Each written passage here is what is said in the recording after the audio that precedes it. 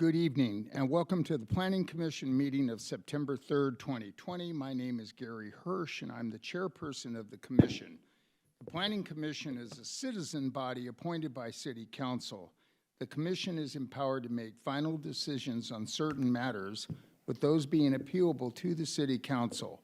On other matters, the commission acts in an advisory role to the council, with the council making the final decision. You will have an opportunity to address the commission during the public hearing portion of the meeting. Your testimony is very much appreciated and encouraged. The commission works from a written agenda. You will need to fill out a yellow speaker card and give it to city staff if you wish to speak on an item this evening. Copies of the agenda and speaker cards are located on the table just inside the main door to the Civic Center. At this time, I'll ask that you please silence your cell phones and other electronic devices. Thank you. There are 7 members appointed to the Planning Commission. At this time, I'll ask the commissioners to introduce themselves and state the district that they are representing, beginning on my far right. Good evening, Vern Crow, and I represent Cactus District. Good evening. My name is Al Lennox, Vice Chair representing the Beryl District. My name is Rick Harper. I represent the Saguaro District. I'm Martin Nowakowski. I represent the Yucca District. And I am Gary Hirsch, a resident of the Cactus District, mayoral appointee representing the city at large. Let the record show that all members of the Planning Commission are present this evening, with the exception of Commissioner Nyberg and Commissioner Wilfong, who are both excused for this evening's meeting. The Planning Commission receives staff assistance and guidance from the Planning Division and the City Attorney's Office. Ms. Collins, would you please introduce city staff that are present this evening? Yes, thank you, Mr. Chairman. Our Senior Deputy City Attorney, Jim Gruber, to my left. To my right, pardon me, to my left is George Gellert. He is a senior planning project manager on the staff. Diana Figueroa is our management assistant, and Samantha Cope is out front helping, and she is a management assistant as well. And I am Lisa Collins. I'm the planning administrator. Thank you. Is there anyone in the audience this evening that wishes to speak on an item not on tonight's agenda? Because these items are not on this evening's agenda, the commission cannot take action this evening. However, these items could be added to a future agenda. Anyone here this evening that would like to speak on a non-agenda item?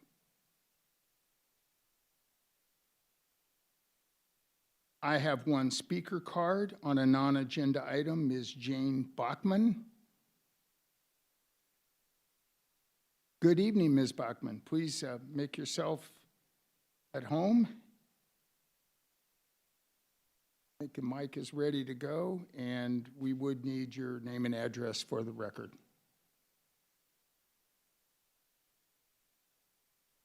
Good evening, Chairman Hirsch and the Planning Commission.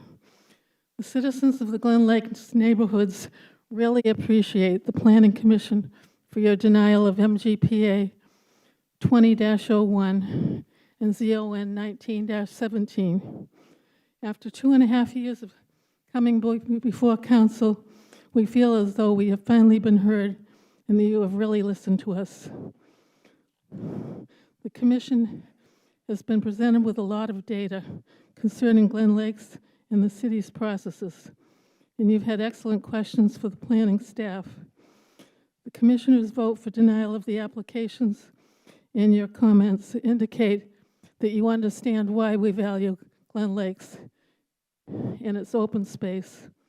We strongly desire that we may keep the Glen Lakes Golf Course, and we're asking the city to keep Glen Lakes Golf Course and to provide the resources to maintain the city amenity for the citizens. It is not acceptable to the citizens that the property is developed into a 173-lot subdivision with a perimeter park. We appreciate the opportunity to come before the commission We feel welcomed when Chairman Hirsch tells us that our input is encouraged. In closing, to the Planning Commission for your denial of MGPA 20-01 and ZON 19-17, the citizens thank you very much. Thank you, Ms. Bachman. Appreciate you coming in. You know, the commission is composed of citizen volunteers. There's no compensation. People do it out of an interest for community, and sometimes we see things differently from staff. Sometimes we see it differently from city administration. Sometimes we see it different from the citizens, but I can assure you that we always, speaking on behalf of the entire commission, we sincerely try to do the best we can to be just and fair, and you know, we appreciate you coming in this evening. Thank you. Okay, with that, we'll move on to approval of minutes. Well, okay, we got one more. Good evening. If you could give your card to Ms. Figueroa, and the podium is yours, ma'am. And name and address for the record, please. Stella Griazzo, Ocotillo District, Glendale. And I sent a letter to the Glendale Council regarding the MGPA 20-01 Zone 1917. Just to say, my family and I have lived in Glendale since 1970, when there were open spaces and cows grazed the land at Manistee Ranch. I'm going to shorten this down. The golf course was beautiful, always lush, wildlife, you know, everything. Hang on one second. I'm kind of winded here. Because the green cards we received said it was at the council chambers. That's where we went. Then there was a sign saying you had to go downstairs. We go downstairs, nothing's there, to find out the meeting's here. So, anywho, let me get back to the reason I'm here. So, anyway, the golf course, it was a beautiful piece of land, and now it's been neglected and mismanaged for so long. And we need someone to start caring about our city and the residents, because from day one, all the residents have been against the development of this land. Thank you. Thank you, ma'am. Is there anyone else that would like to speak on a non-agenda item this evening? Anyone wishing to speak on a non-agenda item?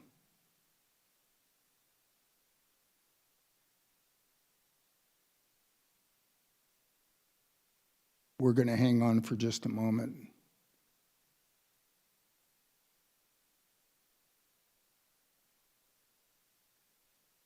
Okay, hearing and seeing none. Well, we do have another card. Thank you very much, Ms. Figueroa. Craig Griffith, if I have that correctly.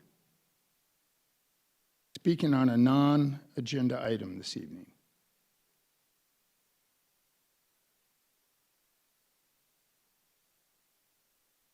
Good evening, sir. Are you Mr. Griffith? Yeah, please help yourself. State your name and address for the record. That's okay. We have time. Thank you.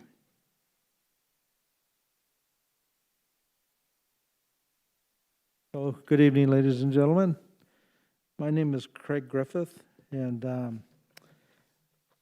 I guess I didn't do a very good job of reading because I thought you were going to do something with Glen Lakes tonight. So I guess I'm on a non-agenda item, which is probably pretty good because, I'm sorry, I have balance issues. So I'll be brief. When I went to the last hearing, my balance was really bad, so I wrote in. And I asked some very direct questions, and I believe this young lady here, you were sitting in the, you were there the last time? Yeah, so I asked some questions, and I'm just curious if you were able to investigate them. So some of the questions I had was, you want, I understand there's two camps, basically, for the subdivision and against the subdivision. And I understand the need for progress. I get all that. But I got transferred here in 2001, and I bought my home in 2003, and I chose Glendale. All my friends said, don't go to Glendale. Don't do it. And I said, why not? And they said, because Glendale is basically run down, ragged old town. They said, move out to Chandler, or somewhere in that area, because it was relatively new back then. Well, I chose Glendale because the arena was being built, and so I seen great opportunities for Glendale. And the home I live in, I'm on 58th Avenue, so I'm just east of 59th Avenue. And I chose that area because of the golf course. I thought it was really neat. I got a brother that lives over by Kierland and a nephew that lives over in Scottsdale. And they all learned how to golf there. And because they weren't very good. At that time, I was able to stand. And I don't golf anymore, unfortunately. But with that being, so they learned to golf there. And as a couple years went by, they were like, bro, what's going on with this golf course? And I'm like, I don't know. And they're like, it's really getting run down. It's getting really ghetto. And so one of my questions was, why was the golf course allowed to be run down like that? I don't know if anybody has an answer to that, and I don't expect an answer right now, but that was one of my questions, is what happened? Because even I noticed that. We used to go there and golf. I got married in October, and so we had a big party. And then we'd all go golfing there. And even the guys that pretty much live in some of the bad parts of Mesa, even commented how the golf course was being run down. He said, are they letting it go? And I'm like, I really don't know. So we were there to have fun. It was cheap, and so we had fun. So, like I said, so I understand the need for progress and the need for a subdivision. My question is, why do you want to change that from a very nice green area to a subdivision that when I first seen it had really a lot of green areas in it? And then when I seen the second plans, the green areas are gone. They're like little tracks. I mean, there's really nothing that somebody could really do. If one of you had lived there with your children, is that where you would want to go with your kids? Well, I'm helping out raising my grandchildren, and so I go to parks and stuff with my grandchildren. And I take advantage of, we go out to the school, Glendale American, and they play basketball, they play on the jungle gyms and stuff like that. And so we used to go walking around the golf course. 2 minutes. Go ahead. 2 minutes? 2 minutes, yes. Okay. All right. So anyway, so one of the things that I had asked, ma'am, the last time is, and you said you didn't have the answer, but you would find out. So I'll be very, very brief. So my questions are, have there been studies on traffic?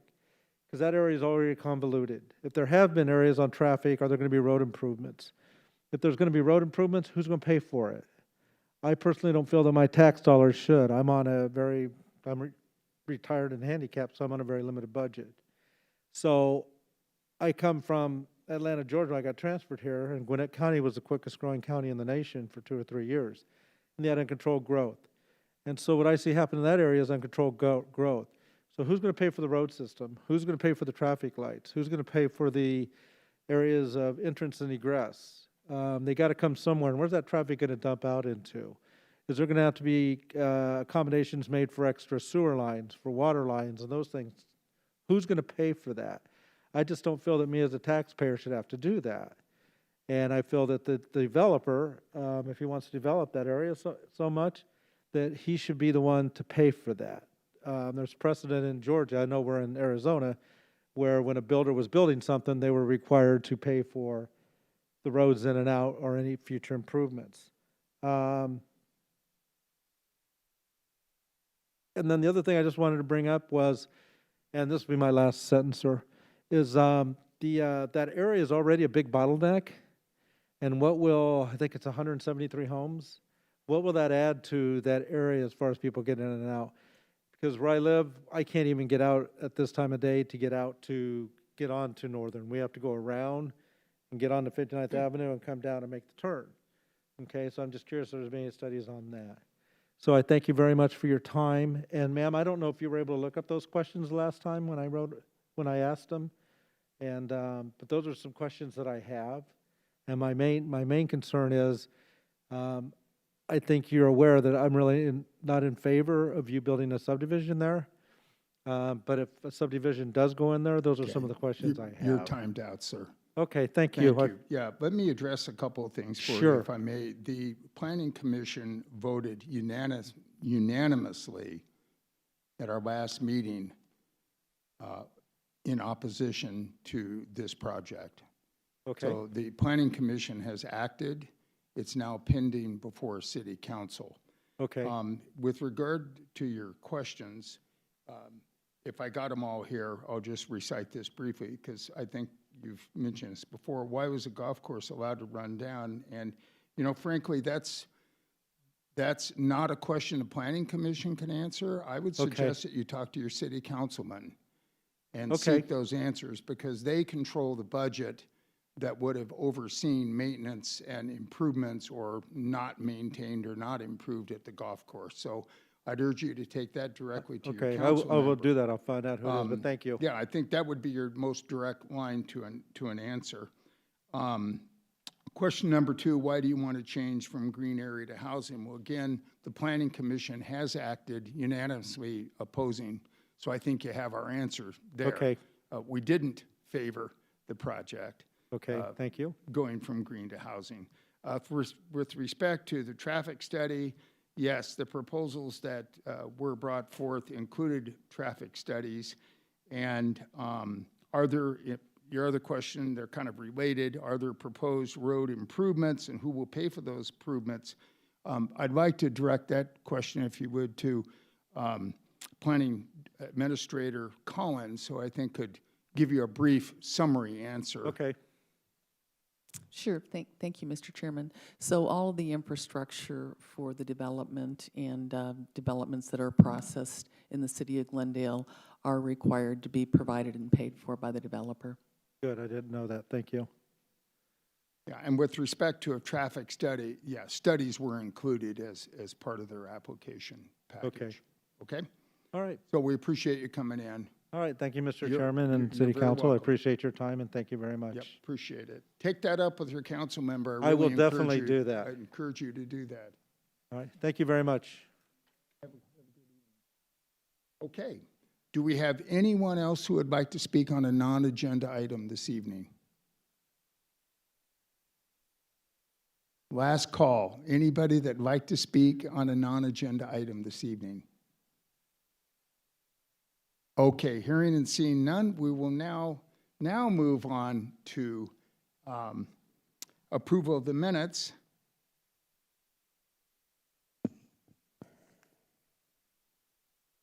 Do we have a motion for approval of the minutes of the August 20, 2020 Planning Commission regular meeting?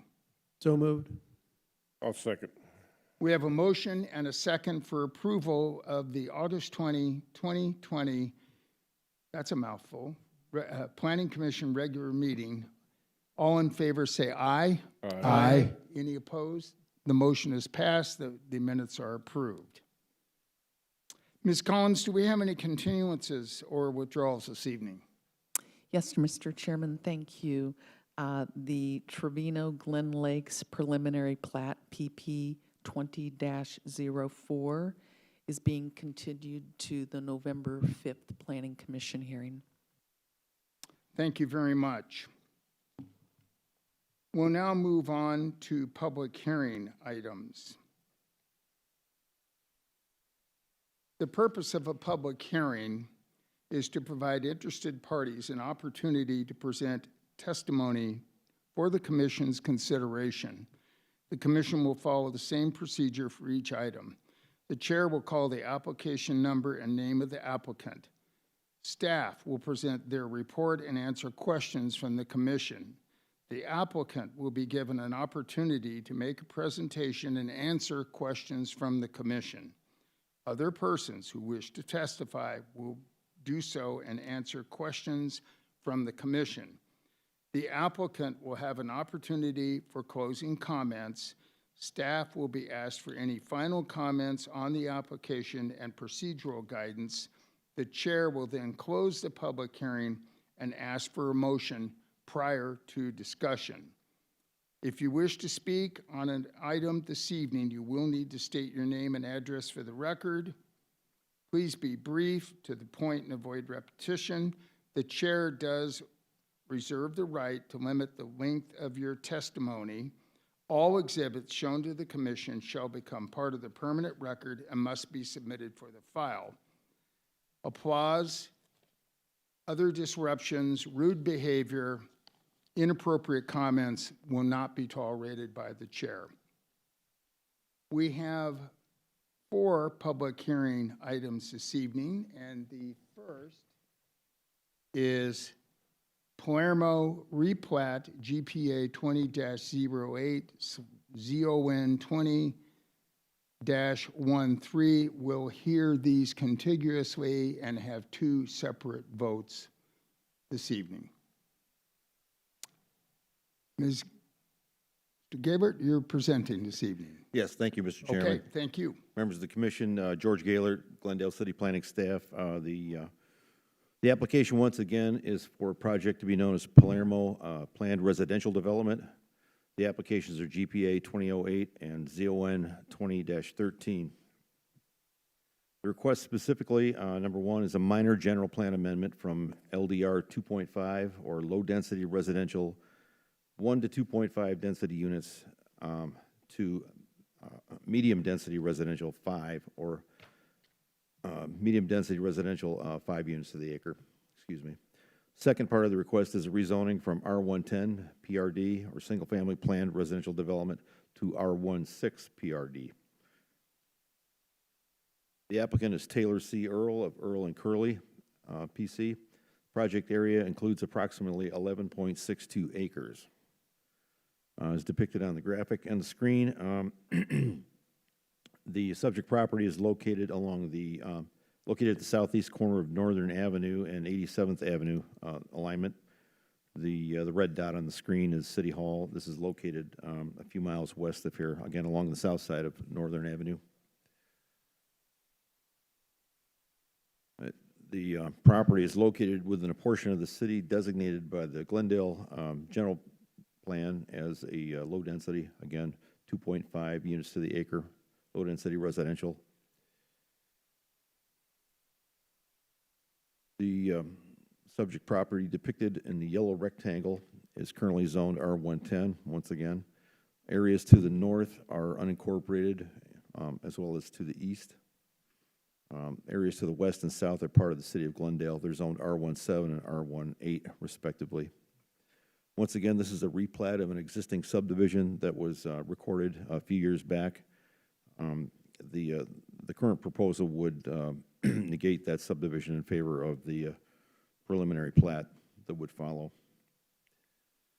This is the subject property, again, depicted by the cross-hatching. Areas to the west and south are part of a residential subdivision. Areas to the east, unincorporated, low-density residential uses primarily.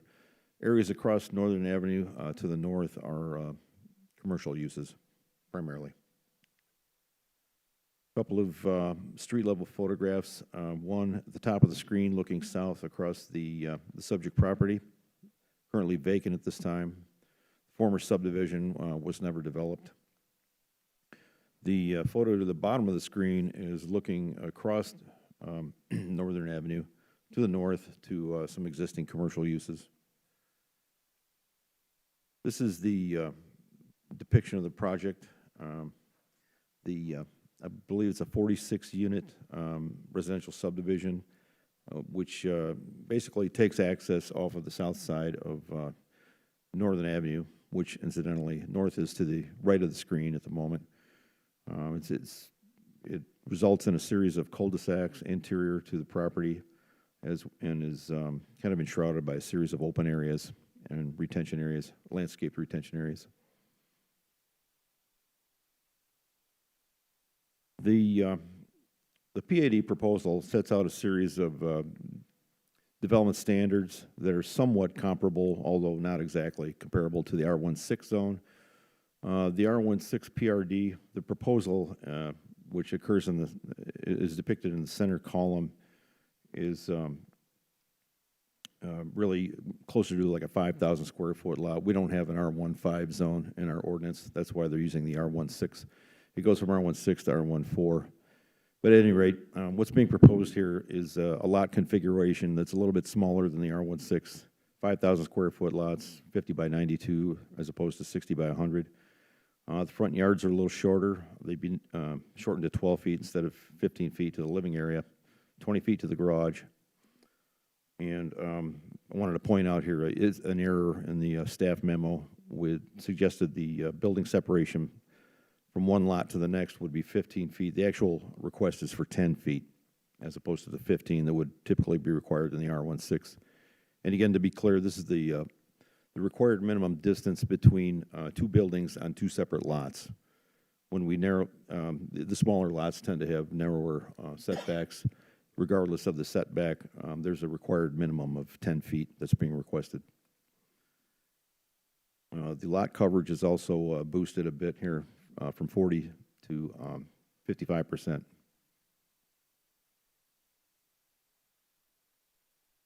As is required on all zoning requests, zoning changes that include additional residential units, the local school district is contacted and for verification that they've got the facilities to accommodate the additional residences. And in this case, we do have a confirmation from the Peoria Elementary School District, Elementary, Middle, and High School District that they can accommodate that. The initial notice regarding the project proposal was mailed out July 17th to the property owners within 300 feet of the project boundary.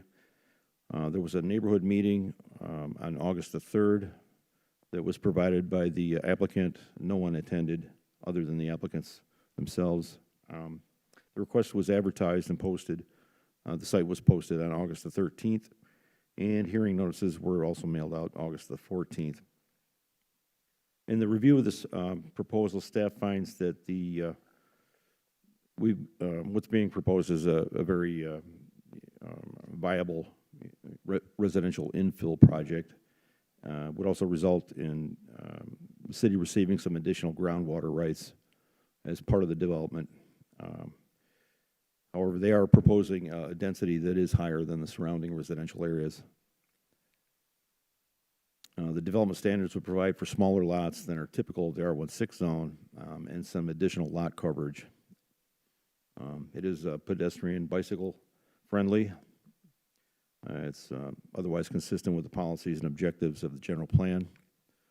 Staff is therefore recommending approval of the general plan amendment 20-08 as written and approval of ZON 20-13 subject to the following. 1, substantial conformance to the project narrative and PRD booklet entitled Palermo and stamped June 11, 2020. 2, placement of an 8-foot tall decorative masonry wall along the, again, this is a correction from the staff memo. It should be along Northern Avenue, not the east boundary. And number 3, recording of the required abrogation easement approved by the city attorney. Notice to prospective property purchasers regarding proximity to the airport and similar advisories to be placed within the subdivision CC&Rs. Mr. Chairman, that concludes my presentation. Be happy to respond to your questions. Commissioners, do we have questions? Any questions? Commissioner Nowakowski. In one of the bullet points, it points out Northern Parkway. When that's built, the entrance is going to be restricted to right in, right out with the completion of the Parkway project. What comes first, this project or Northern Parkway? That's my confusion.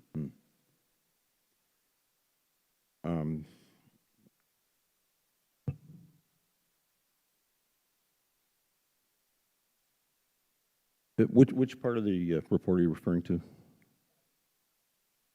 Under project details, it says the subdivision's access will occur along the 87th Avenue alignment. I'm sorry. It's page 2. of your report, the bottom bullet point.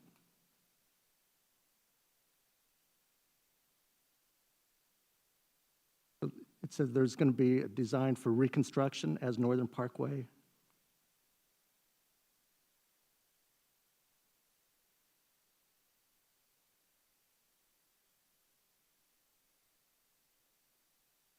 Yeah, I'd have to talk.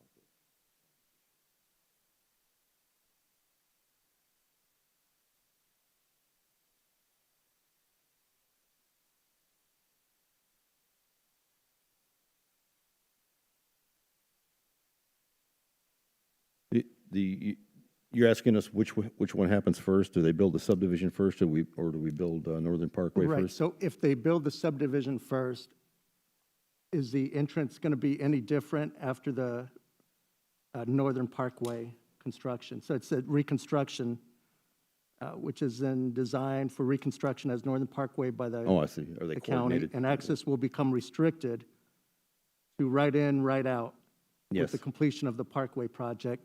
So we're putting in 46 homes that are only going to enter right-hand turn and exit going right also. Yes, that's my understanding. So it's going to remain the same, basically. Yes. Okay, just confusing.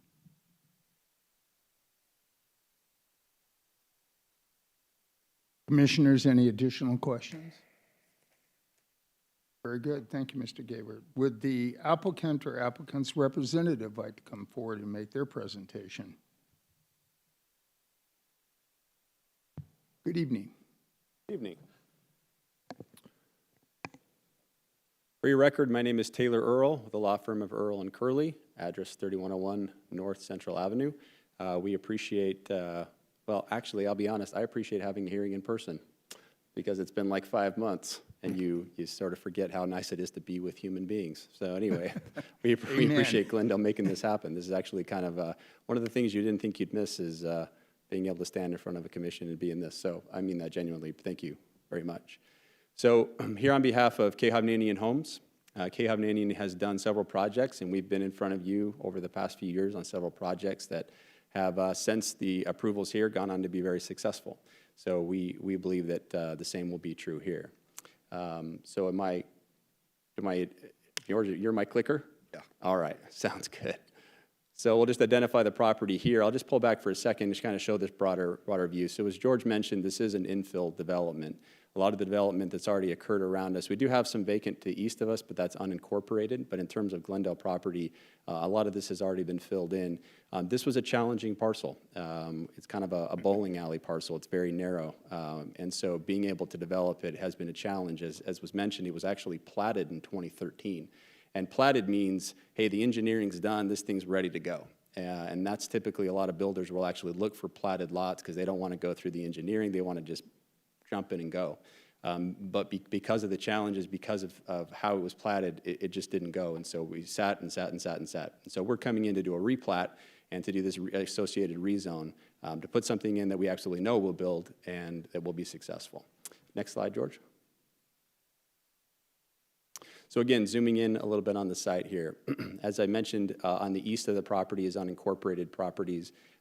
We did get one communication from the gentleman who owns the property to the northeast of the site. But his comments were, he was fine with the subdivision, just had some questions related to some SRP issues, and so we're working through those with him. But it was good with the subdivision we were proposing. Next slide, George. I'm going to go quick, George. So here on the zoning, so we are proposing the R16. That's consistent with, if you see northwest of us up there, that is a crossing into Peoria, but it's also an R16. To the north of us, we also have self-storage, so it's commercial property. So this is somewhat of a transition piece. Not only is it up against what will be a high-volume arterial road, but also you have commercial across the street, too. So very normal planning principles to have a little bit higher density as you graduate towards commercial or arterial roads and that nature. And as you'll see once we get to the site plan, we have the R17 and R18 next to us, but what we've done is build in buffers for those so that we don't have any negative impact on them. In fact, they'll be very well buffered. Next slide, George. Okay. So we wanted to show this slide. These are projects that have been done by K. Hovnanian Homes in the area. So you see, if we kind of go down toward Glendale Avenue, we have Positano, which was the most recent case that we brought here before the commission. It has that sort of awkward L shape, another challenging parcel. And then if you go down there off the Cadence Westgate, off Glendale again, sort of that awkward thing. It's tucked behind a senior living center, which makes it difficult to market homes back in that area.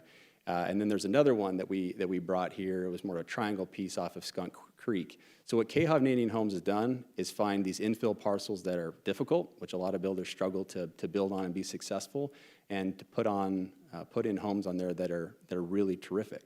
Now, these bigger parcels there in the middle, we're doing a little bit bigger product on those. So those make sense. We have more elbow room. They're not as awkward. So we're doing 70-foot wides, 75 and 80-foot wide lots there. So K. Hovnanian does do a variety of products, but on these infill parcels, it's doing this product, which sells really well, and it has a really high-quality home on it. So just to give you a sense, Positano, we're doing the same housing product on this subdivision that we did at Positano. And the homes are all sold out, went extremely fast, one of the fastest K. Hovnanian had in the area.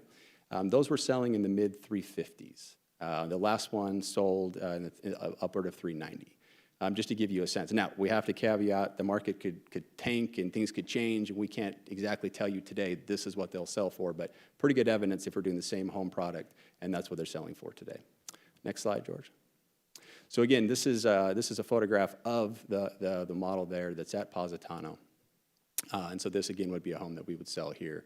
Go ahead and go to the next slide there, George. Good.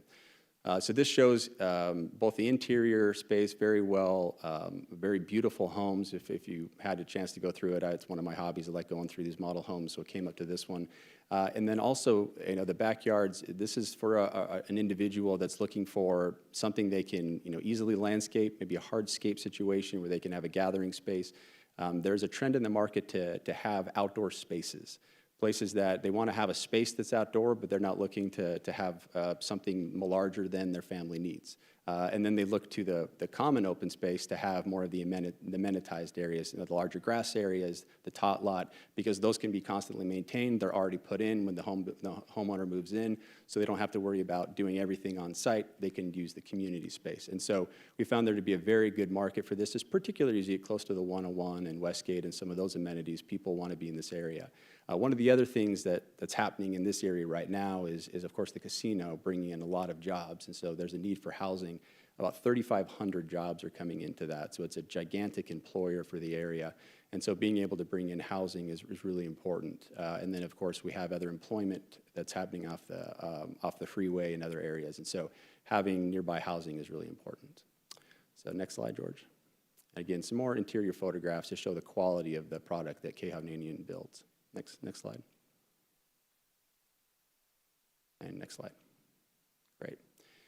So without further ado, getting into the site plan. So I want to point out a few things here. It was mentioned that our minimum lot size is 50 by 92, that in some pinch points, but the typical lot size is about 50 by 100, just to give a kind of clarity on that. And then, as you'll notice, what we've done on terms of the buffers, so to the west there, we have an area that will serve for a couple of purposes. Number one, it will serve as fire access. So we have worked with the fire marshal. Staff report notes that we're still waiting for final confirmation, formal approval, but we have worked with the fire marshal on this on a couple occasions. And he's good with what we've proposed. The fire would be able to go around on that west side and kind of loop around. He's actually found that it's better than the plat that exists there today. But it's also going to double as a walking path. And so the residents will be able to use it to traverse from that open space area at the top, which will have the tot lot, and then traverse down to the bottom. And so what we found there at the bottom, we want to have that be a nice big grassy area. What we found is that, that gives people the chance to play soccer and football and kind of have that unstructured play, which is really important, and yet be able to have that nice walking path between them.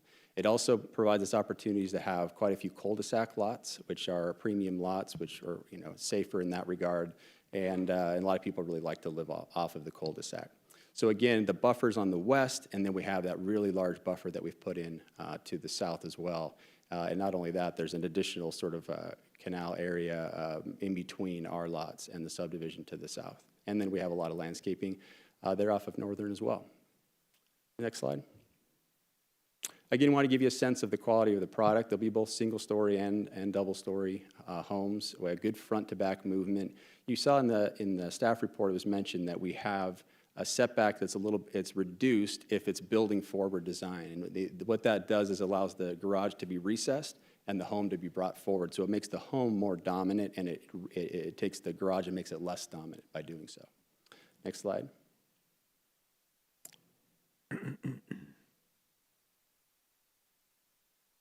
And again, you see some of the porch areas there and some of that architectural front to back and a lot of movement. So been very well received by the purchasers. Next slide, George. Okay, just wanted again kind of put this in context. You can go to the next slide. Good. One of the things we just wanted to note for the record, and should the commission choose to move forward with a recommendation for approval or approval of this, what we would ask is that the wall plan be substituted. There's a wall plan that we did send over to staff that they've received. What we would add as a stipulation is that the wall plan included with the PRD booklet shall be substituted for the wall plan submitted to the city on August 25th, 2020. So again, we submitted this to the city. Just needed to make some revisions and make sure we're not stipulated to the old wall plan. So kind of a housekeeping item there. Next slide. Also wanted to make aware, as is often the case, so sometimes when we come forward, we're also, at the same time we bring the zoning, we're also bringing a preliminary plat, which would be that final sort of engineered design, or semi-final as it goes to preliminary and then final. That's still trailing behind, and so as we're working with technical staff on those issues, one of the things that had recently come up was a need for us to insert a 30-foot drainage or water and sewer easement. So you see that red box on the right side. It looks like we're going to probably have to insert a 30-foot easement in there. What that does is it preserves development options for a potential future subdivision to the east of us. So that way they can get water and sewer through our subdivision. And by doing that, we had to do some shuffling around of the lot. So we just wanted to be clear with the commission that there might be some tweaks to the subdivision in that regard, but also be clear that a preliminary plat would have to come back before you. So that's where you would see that final design. Next slide. So that's the presentation. We think that this is a great use of an infill site. Again, K. Hovnanian Homes has a track record for not only doing things with difficult parcels, but also building a very high-quality product and a very high-quality community that is reflective of the quality that Glendale wants to see. So we thank you for your time. Thank you. Commissioners, do we have any questions for Mr. Early? Yes. Commissioner Nowakowski. The property to the east, that's county land? Yes, sir. And who's requiring the 30-foot easement? Is it the county or the city? City. Okay. Can you go back to the last slide? That easement would be placed where? Is where you see that red box. So it would be Near it the would be- bottom? Yeah. Okay. In doing so, we lose some of the larger lot sizes, like the Right. four bigger pie-shaped ones. Now, doesn't usually easement occur along like Northern Avenue? Do we have an easement along Northern? I mean, do we have to have this plat changed to put in a 30-foot easement? Or is that something that is still being worked out, discussed, it sounds like? It is still being discussed. And I'm going to step outside my lane for a moment, and the engineer here in the back is going to throw a rock at me if I misstate it. But my understanding is that it may depend on the nature of the subdivision. If it has to be a looped system, then it could be slightly differently treated, but not knowing exactly what's coming to the east. I think, and I won't speak for Glendale, but I think the intent is to preserve the option to not make it a problem if it does come in for a subdivision development. I really like the design. I really appreciate the plat, seeing it. The cul-de-sacs are almost about above 40% of the entire development. Houses along that in the cul-de-sacs, and the emergency easement doubling as a walking trail. Very good, a lot of open space. But there's only a few of those larger lots. And this 30-foot easement now, that's for the benefit of the county island, future development. I hope you guys are able to work that out, if this is approved, that we keep the design as you submitted it instead of this one, but we'll see how it goes. Thank you. Thank you. Any additional questions, commissioners? Okay, thank you, Mr. Earl. Staff have any additional comments, procedural guidance? Not for me, thank you. Okay, well, with that, the chair will now open a public hearing on Palermo replat GPA 20-08 and ZON 20-13.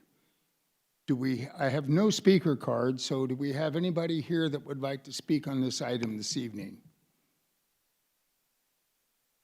Anyone here that would like to speak on this item this evening? Seeing and hearing none, the chair now closes the public hearing on Palermo replat GPA 20-08 and ZON 20-13. Is there a motion? And we will do two separate motions, one for the GPA and one for the ZON. Mr. Chair, I make a proposal, we recommend the approval of the request of GPA 20-08 as written. I second. We have a motion for approval, a motion and second for approval of GPA 20-08 as written. The chair will now conduct a roll call vote, beginning on my far right. Commissioner Crowe, Aye. Vice Chair Lennox, Aye. Commissioner Harper, Aye. Commissioner Nowakowski, Aye. and the chair votes aye. The motion is passed. Mr. Gruber, what are the next steps in the process? Chair, members of the commission, your action with respect to case number GPA 20-08 is not final. Your recommendation will be forwarded to the City Council for further consideration. Thank you. The chair will now consider a motion on ZON 20-13. Mr. Chair, I move that we approve ZON 20-13. Second. Okay, and that motion would include the three staff recommended would, stipulations? Yes. Mr. Chairman, Mr. Gibbard. don't want to interrupt, but the applicant is proposing a fourth stipulation. I just wanted to be clear about that. Okay, didn't get that. You want me to So restate it? do you want to I can- state that Sure. stipulation for the record, and then we'll call for we have a motion, we'll have to amend our motion. Stipulation number 4 would be that the wall plan included with the PRD booklet shall be substituted for the wall plan submitted to the city on August 25th, 2020. I move we accept ZON 20-23 with the original 3 stipulations and then including the 4th stipulation made by the developer. Are we good with that, Mr. Gruber? Chair, members of the commission, yes, I'd construe that as a retraction in the original motion and a new motion made, so. All Very right. good. Do we have a second? A second. Mr. Chairman, do we have to, Commissioner Crowe. do we have to make note that in item 2 of the stipulations, what's in our staff report says that the placement of an 8-foot decorative wall, masonry wall along the east boundary should be changed to Northern Avenue? Correct.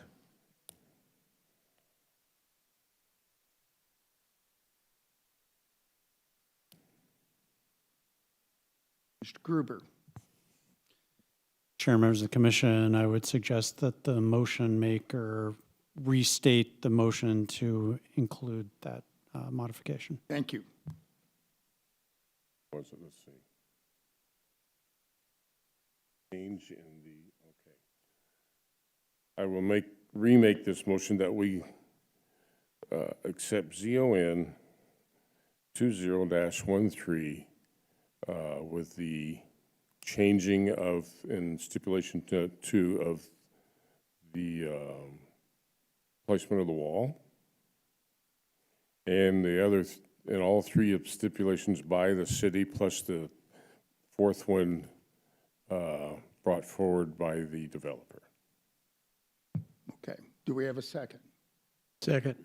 Okay, we have a motion for approval of ZON 20-13 with the 3 staff recommended stipulations. The 4th stipulation added by the builder as discussed, and the amendment of language on stipulation number 2, placement of an 8-foot tall decorative masonry wall along the northern boundary. Okay, the chair will now conduct a roll call vote, beginning on my far right. Commissioner Crowe, Aye. Vice Chair Lennox. Aye. Commissioner Harper, Aye. Commissioner Nowakowski. Aye. And the chair votes aye. The motion has passed. Mr. Gruber, what are the next steps in the process? Chair and members of the commission, your action with respect to case number ZON 20-13 is not final. Your recommendation will be forwarded to the city council for further consideration. I want to thank Commissioner Harper for his dogged tenacity in restating his motion. Anytime. Okay, we'll now move on to case number 2 this evening, Modern Ridge Estates, PRD ZON 20-07 and PP 20-01. Mr. Gabert's presenting the case. Thank you, Mr. Chairman. Once again, this is a request for a new subdivision to be known as Modern Ridge Estates. There's 2 parts. One is ZON 20-07, which is a zone change, and PP 20-03, which is the preliminary plat proposal. Once again, the first part is a rezoning from A1 or agricultural and SR 30 suburban residential to SR 17 PRD, a single-family residence, 17,000 square foot minimum, and as part of a planned residential development. Second part having to do with the preliminary plat for a 6-lot residential subdivision.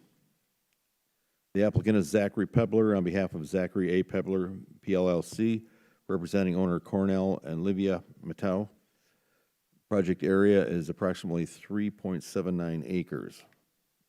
Located on the screen here, this is just below Beardsley and the 101 and west of 53rd Avenue, roughly 500 feet south of Beardsley. It's located within a portion of the city designated for low-density residential development, up to 2.5 dwelling units per acre. There is no request to change that. This is the zoning map depicting the property in yellow, the west portion of it rather, the larger parcel. This is 2 parcels. One is the A1 agricultural parcel on the west, and the east is the suburban residential 30,000 square foot minimum lot size. The property itself, again, it's located along the west side of 53rd Ave. It's in a kind of a large lot, meets and bounds a series of properties located just above the Carmel Park subdivision.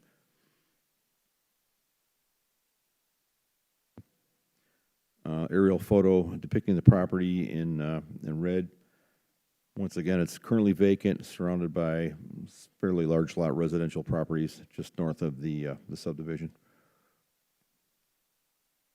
This is a quick shot of the street level along 53rd Avenue. This is the only real vantage point of the property from the ground level. Looking across, the top, you're looking west across the property, and the shot down below is the properties across the street from the proposed subdivision. This is the preliminary plat. Once again, it's a series of 6 lots. The applicant is proposing to divide the 2 parcels into 6 lots and construct a private street across the center portion of the property that would result in a kind of a hammerhead street improvement in anticipation of further development west and as part of a turnaround.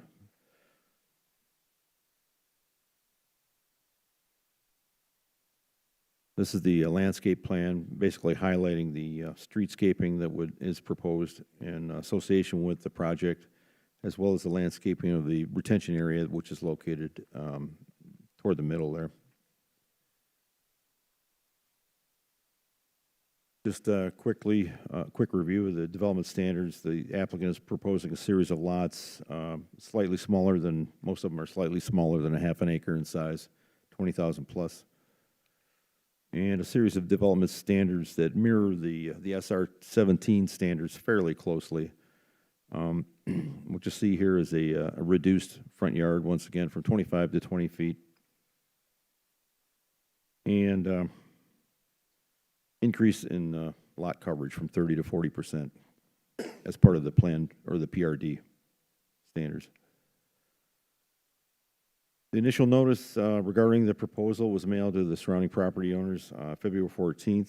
That was followed up by a neighborhood meeting that was fairly well attended by the surrounding neighbors. Press was advertised and posted on August 13th. The hearing notices followed on August the 14th.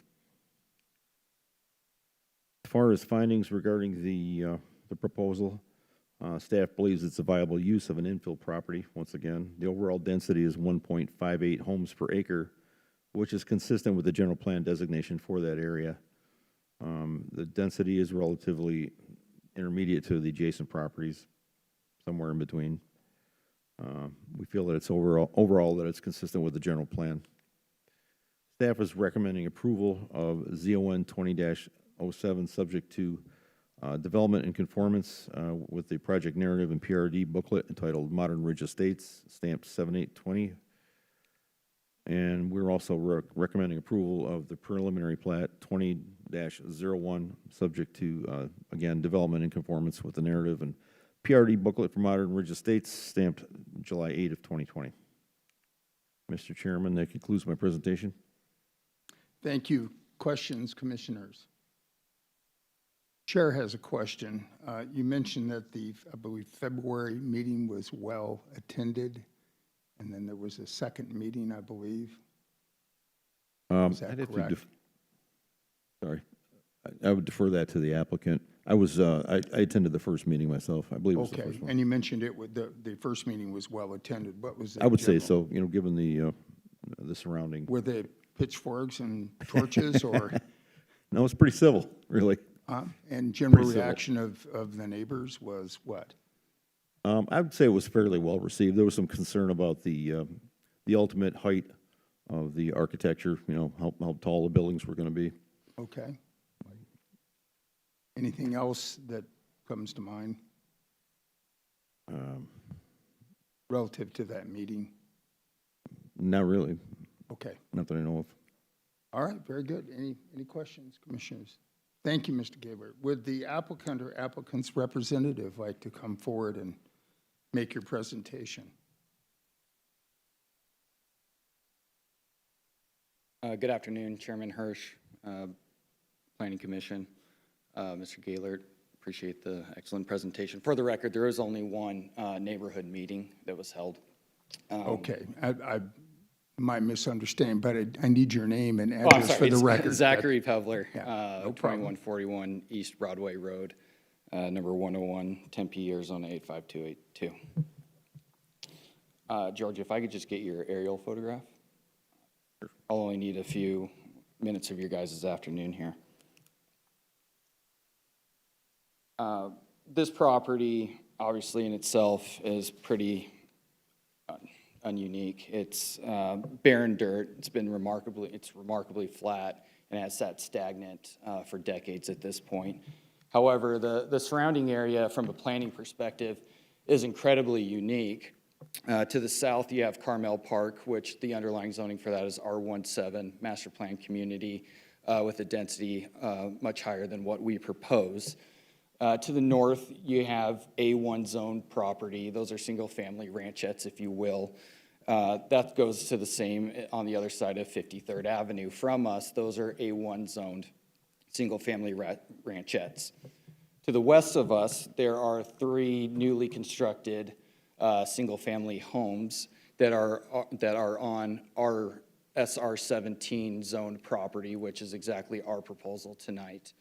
And then macro in this area is pretty unique as well.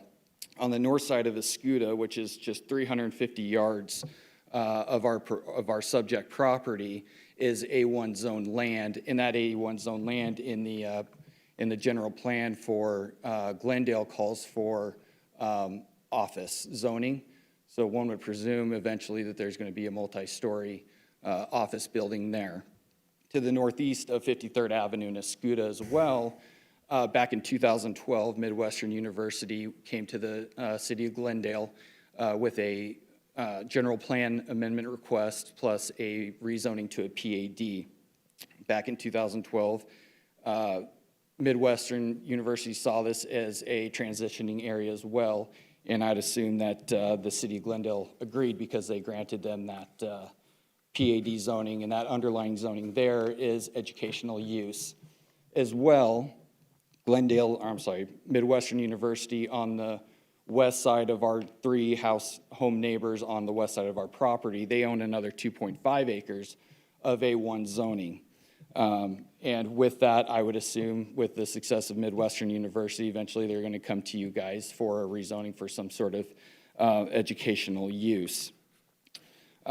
I get into that just because this is really a transitionary area. We feel our proposal here is a good intermediary density in between the Carmel Park to the south and the A1 zone properties around us.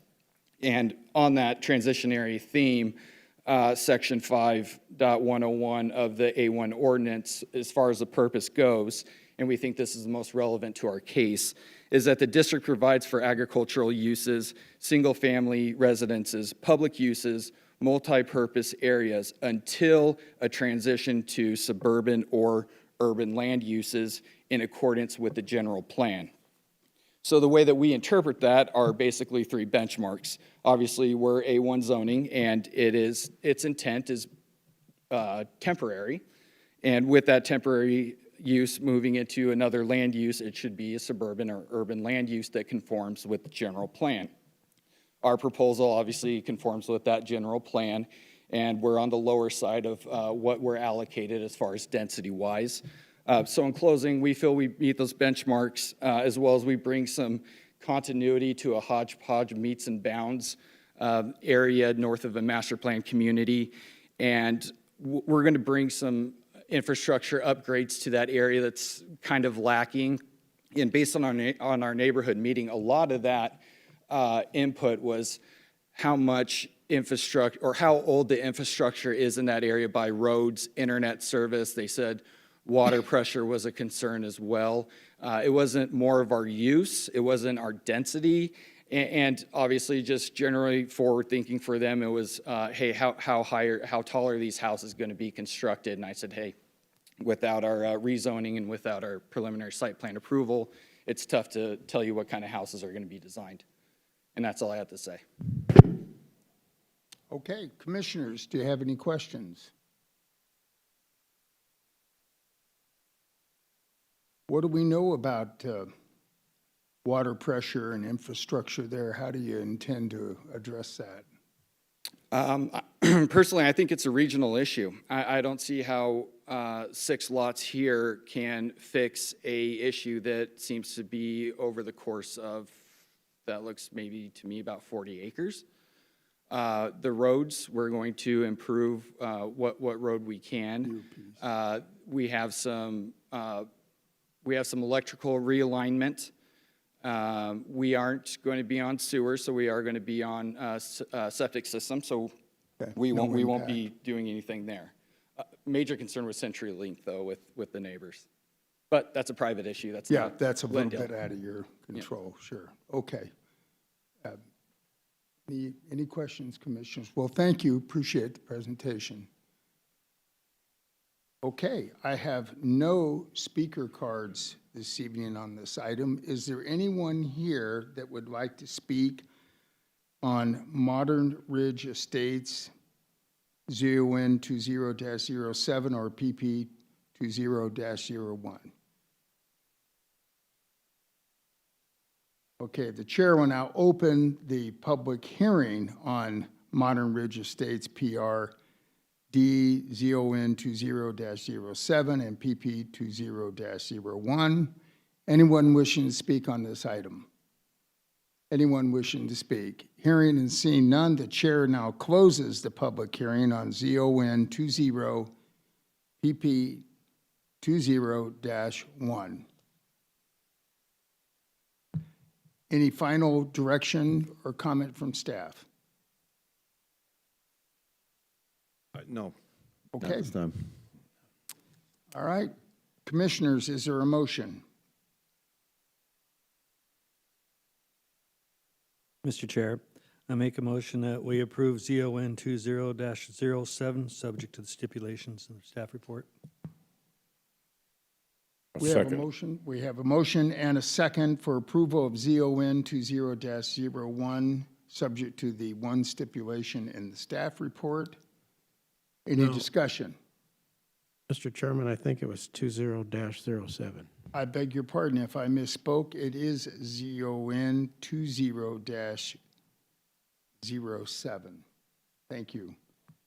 With one stipulation. Any discussion? Okay, the chair will now call a roll call vote, beginning on my far right, Commissioner Crowe, Aye. Vice Chair Lennox, Aye. Commissioner Harper, Aye. Commissioner Nowakowski, Aye. and the chair votes aye. Mr. Gruber? Chair, members of the commission, your action with respect to case number ZON 20-07 is not final. Your recommendation will be forwarded to the city council. Thank you. Do we have a motion for PP 20-01? Mr. Chairman, I move we approve PP 20-01, subject to the stipulations outlined in the staff report. Second. We have a motion and a second for approval of PP 20-1, subject to the stipulation in the staff report. The chair, any discussion? Okay. Chair will now conduct a roll call vote, beginning on my far right, Commissioner Crowe, Aye. Vice Chair Lennox, Aye. Commissioner Harper, Aye. Commissioner Nowakowski, Aye. and the chair votes aye. The motion is passed. Mr. Gruber, what are the next steps in the process? Chair and members of the commission, your action with respect to case number PP 20-01 is final. However, because it is approved along with its companion case, the zoning case, the preliminary plat will remain contingent until city council reaches a final decision on the zoning case. If the council approves the zoning case, then there are 15 days from that date for someone to appeal the preliminary plat approval. Okay, thank you. Thank you for the clarification. Okay, that brings us to our third case this evening, Northern Places PAD ZON 20-01. Mr. Gaylort's presenting. Thank you, Mr. Chairman. Once again, this is a request for planned area development to be known as Northern Places. The case number is ZON 20-01. The request would rezone some unincorporated property from RU 43 to planned area development following annexation, which is pending, in order to enable the development of a commercial and lodging facility on 3.55 acres. The applicant is Bill Canteri on behalf of Piazza Restaurant Development, representing owner Westar Development, LLC. Subject property is located along the south side of West Northern Avenue, just east of the Loop 101. Again, the annexation proposal is subject to action by the City Council pending on September the 22nd. Site is designated as Corporate Commerce Center by the Glendale General Plan. There's no request to change that as part of this application. Site highlighted with the black cross hatching, again, is located along the south side of Northern Avenue, just east of the Loop 101. What you see there is some commercial development across Northern Avenue within the city of Peoria, as well as large lot residential and agricultural areas to the west and south within Maricopa County. This property, again, it's unincorporated. It exists along the south side of a strip annexation. That's a 10-foot strip along the south side of Northern Avenue that connects it with the remainder of the city. The property immediately south is owned by the Tohono O'odham Nation. And they're currently developing a casino directly south of this site.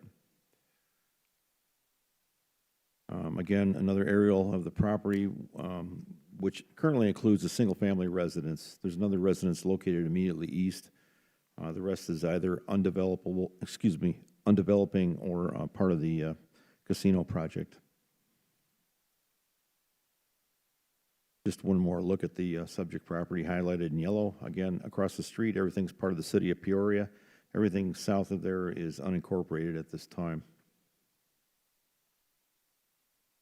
This is a street level shot of the existing residence. This is looking south from Northern Avenue across the front of the property. Again, there's another single-family home left of the screen. The rest of it's largely vacant. You can see kind of the casino going up in the background. This is the site plan for the project. You note in your packet there were actually a series of 4 options provided by the applicant for a development of the property. All of them would take access at the northeast corner of the parcel, and that has a lot to do with the proximity to the 101 and the what may be a pending off-ramp improvement project that could affect access along this portion of Northern Avenue. This particular concept provides for a couple of drive-through restaurants at the forward portion of the property and with some shops out behind it. Second option would provide for a 5-story hotel, possible additional retail along the frontage. Looks like a drive-through in association with a restaurant. This is a couple of retail shops, part of option B. And as option C, there would be maybe an office pad, retail pad, in association with what looks to be like a bank, financial center to the northwest corner. So kind of in summary, the planned area development that you've got there provides for 4 different site plan alternatives. They would all, again, take access at the northeast corner along Northern. The second access to the property would also be required by the fire marshal and by the transportation department. That has not yet been determined. That would be required as part of any future design review submittal on the physical development of the property. What's being proposed here would otherwise meet with C2 development standards, with the exception of providing for drive-throughs, outdoor patios. Again, the 65-foot tall hotel, 5-story hotel. Other commercial development would be limited at 35 feet in height. The applicant, as part of this summary, also proposed a 60-foot tall billboard and other expanded signage as part of the proposal. Excuse me. This is a representation of the additional signage the applicant is suggesting. Just kind of briefly here, they would like to increase the building-mounted signage by 2 to 3 times what the C2 standards would otherwise provide for. They've suggested a static billboard, 60 feet tall, 672 square feet. That's something that would not be allowed in the C2 zone, as well as pylon signs, also not allowed by the C2 zone. The remaining signage, the monument signs, directional signs, menu boards, they're also asking for additional signage privileges with regard to those types of signs, above and beyond what would otherwise be allowed in a C2 zone. There was an initial notice mailed out regarding this request in February to the surrounding property owners and other interested parties. It's been advertised and posted August the 13th. Hearing notices were also sent out August the 14th. Really haven't received too much in the way of public comment on this request. We find that the proposal is comparable with the other existing and planned development in the area, and overall, basically consistent with the policies and objectives of the general plan. Staff is therefore recommending approval of ZON 20-1, subject to the following stipulations. 1, that design review approval of all site development plans. 2, perfection of a secondary access route and approval of access design by both transportation and by the city fire marshal prior to applying for building permits. 3, submittal and approval of a traffic impact analysis, associated dedications, and improvements. Fourth, the developer shall provide documentation to the city prior to the final approval of construction documents and/or issuance of permits that Form 7460-1 has been filed for the development and that the development received a no-hazard determination from the FFA. That should be FAA. The developer shall record a notice of prospective purchasers of the proximity to Glendale Municipal Airport in order to disclose the existence and operational characteristics of the airport to future owners or tenants of the property. 6, no billboards will be permitted. No pylon signs are permitted other than as may be allowed by Section 7104C for commercial districts. Any other stipulation the commission deems necessary. Mr. Chairman, that concludes my presentation. Commissioners, do we have any questions? Commissioner Nowakowski. In your expertise in regards to the secondary access issue, which would require assistance or an agreement with the Tohono O'odham Nation, the casino property owners, how long may that take? And issues with the Northern Parkway, because it's really hard to consider rezoning a property with this kind of stipulations needed. Just how long, how difficult do you anticipate that process to be? And if approved, I know you added it as a stipulation, but if you can talk on that. With regard to the negotiation and planning of access as part of this project, this is something we've discussed from the moment this application came in. And the significance of the second access issue has also been discussed with the fire marshal, with transportation as well. They do have concerns about the orchestration of it over time, but what we're proposing here is that be addressed as part of the design review element, the component. If you're looking for specifics or you'd like to hear more on the subject of what they've been talking about, I would really rather defer that to the applicant because he's closer to that than I am.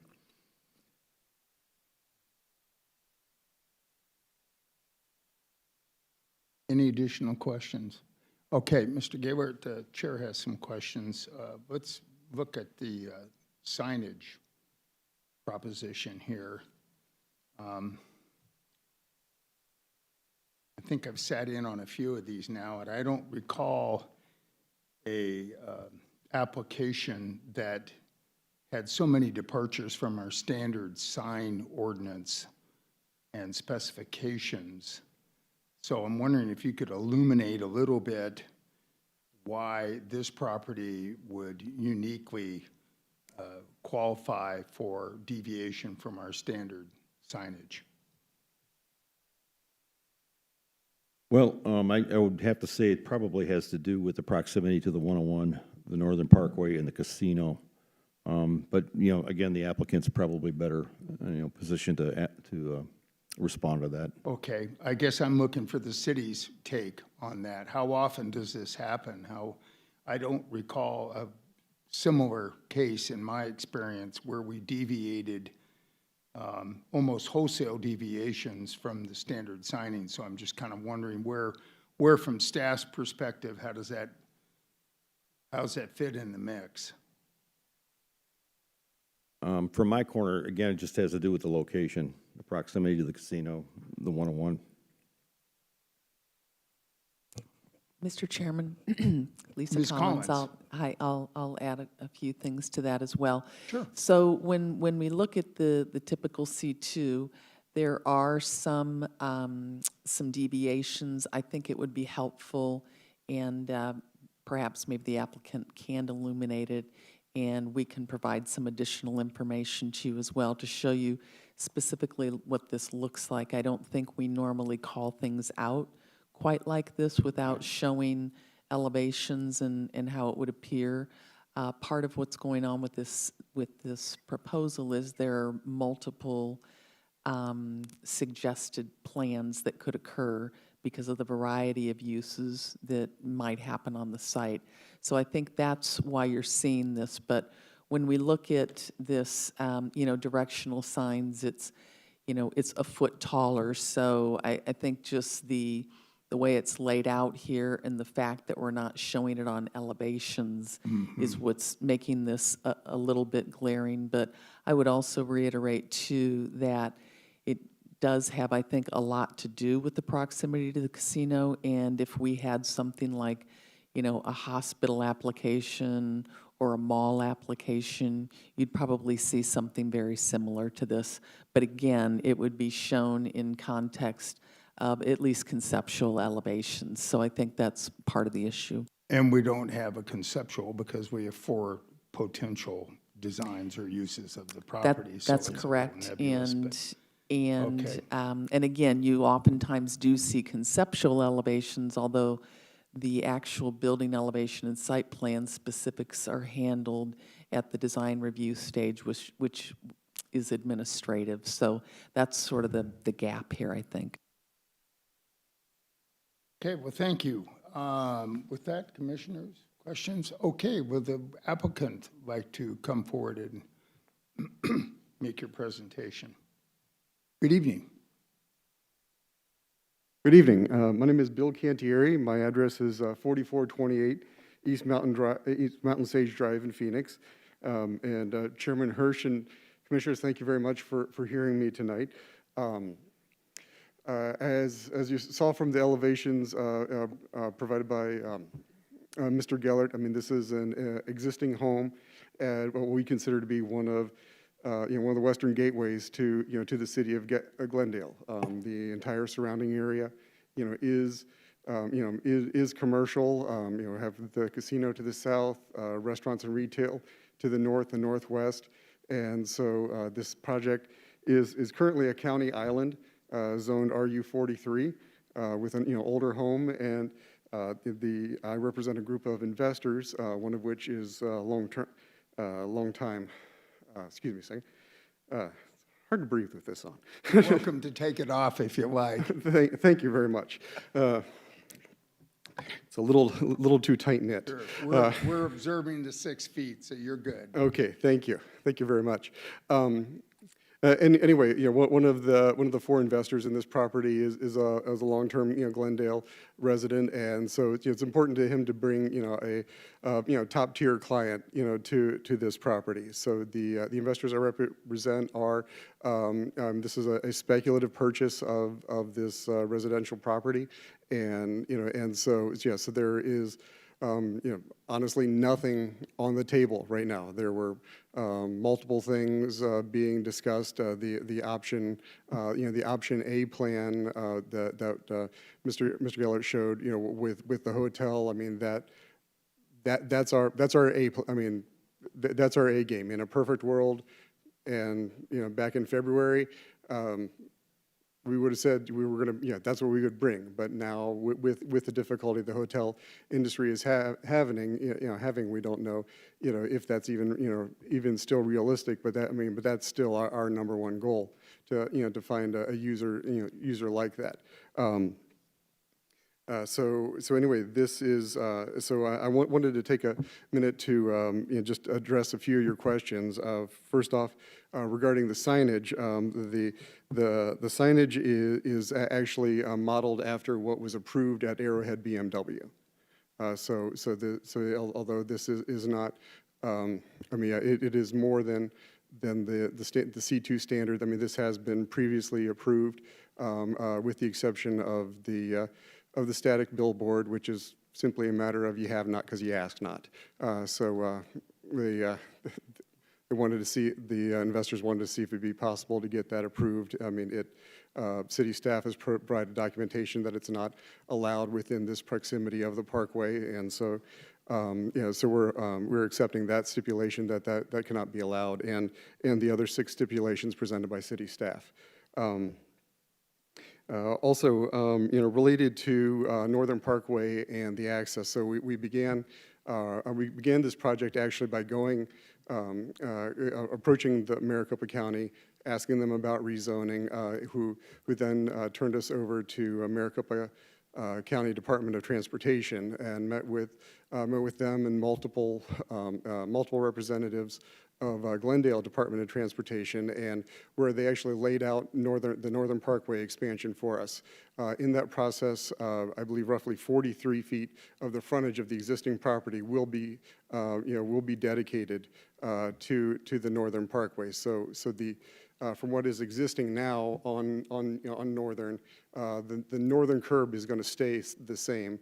There'll be, I believe, 3 lanes south of that, a solid median that'll be landscaped, and then another three lanes, and then south of that, in discussions with them and with ADOT and our traffic engineer, we're going to add the final development will have over a 200-foot long stacking lane, deceleration lane with a 90-foot taper attached to it at the entrance to the property. So we've been involved with with both with the Glendale Department of Transportation, Maricopa County, and ADOT in the design of this, and so the entire site plan has been basically shifted to the south to make sure that there's room for all of that roadway, along with bicycle paths, the landscape on the south side, and the new sidewalk that they're recommending.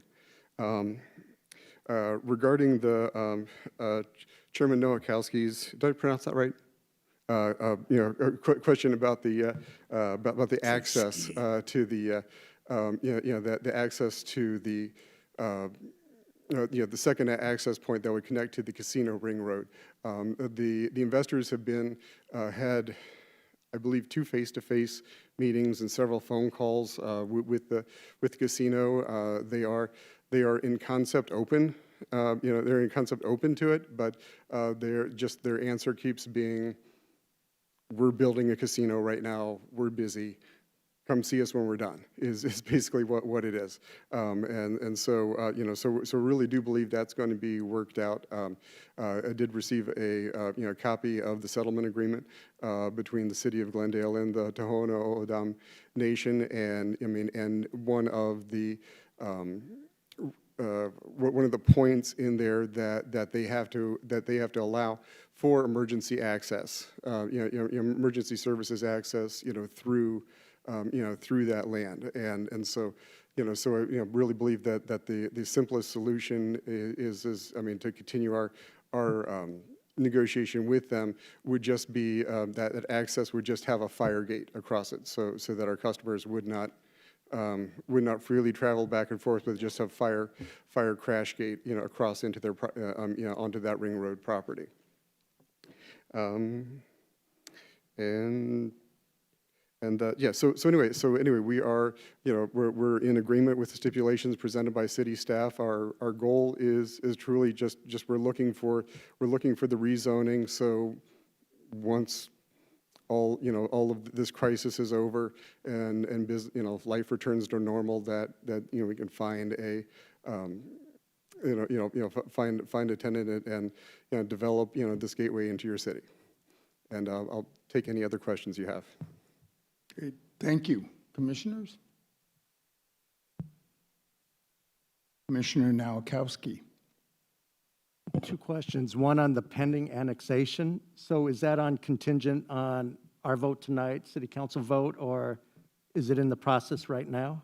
Correct. Yeah. So there's been two previous city council meetings. The first one was just city council private review of it, at which time Councilwoman Clark spoke out in favor of this property. We actually met with her prior to even beginning the rezoning process, and then at the second meeting they voted in favor of it, and then after this meeting with the Planning Commission, then we are scheduled for a final meeting with the City Council on September 22nd for both votes for annexation and rezoning.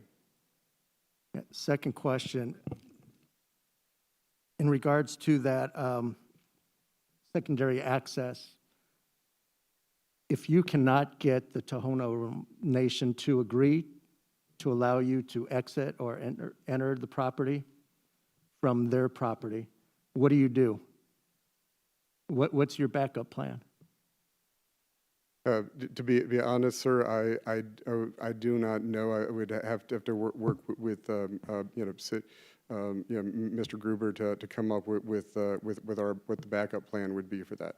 Yeah, I just recall that when the casino property was being developed, I had a discussion with a gentleman, and he said that it's one of the most secure properties and that access points was very important to the nation, as far as security and everything. So, yeah, good luck. Thank you. Good luck. We'll say though that all of the conversations that the investors have with them have been very genial, and they were in support of seeing something else go in place of the house that's on out on Northern. Now, did the nation have a preference in one of your plans? I mean, they're building a hotel. Correct. Yeah. So would they kind of want a rival hotel was one right that there? was the one they disliked the most. Honestly, I was going to say. Yeah. They would prefer retail or restaurant use. I'm sure that's part of the future negotiations. Okay. Yes. Any additional questions, commissioners? I Okay. have one. Commissioner Harper. With that property being Maricopa County, is the property that house to the east, is that still going to be, is that, it's probably more for Linville staff. Well, that property has sold, and it's my understanding that it's in the process of being rezoned as well for commercial. I wish you luck, because when the groundbreaking took place of the casino, my son and I acquired or asked about those two parcels, and the price then was astronomical. I hope it's come down. And that's why we actually don't control that second parcel to the east. Yeah, it was crazy. Okay, anything else, commissioners? Very good. Thank you, sir. Thank you. Okay, the chair will now open the public hearing on ZON 20-01 Northern Crossing PAD. We have no speaker cards. Is there anyone here this evening that would like to speak on this item? Anyone here that'd like to speak on ZON 20-01? Hearing and seeing none, the chair will now close the public hearing on ZON 20-01. Commissioners, is there a motion? Mr. Chair, I move that we go with ZON 20-01, including the six stipulations? Seven stipulations. Do we have a second? Second. We have a motion and a second for approval of ZON 20-01 with 7 staff recommended stipulations.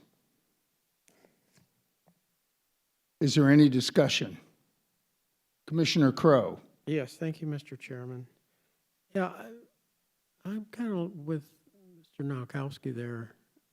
I mean, the access is still up in the air. I think that's a problem. Because of the design, I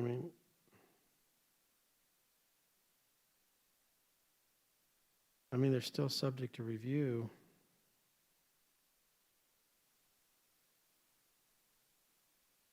I guess we could just leave it to the design review. I don't know, but the access is, That's an issue. that's a big problem. Director Collins. Mr. Chairman, thank you. Yes, if there's an issue where the access cannot be resolved as per the stipulations, that would be coming back before you. But there is a requirement for emergency access, so something, will need to be worked out. And I think that we have every confidence it will be. However, if there was something that radically changed this proposal, then it would need to come back through the process. Okay, any other discussion? The chair would only add that we've identified the neighboring property as a casino, when in fact it is a sovereign nation.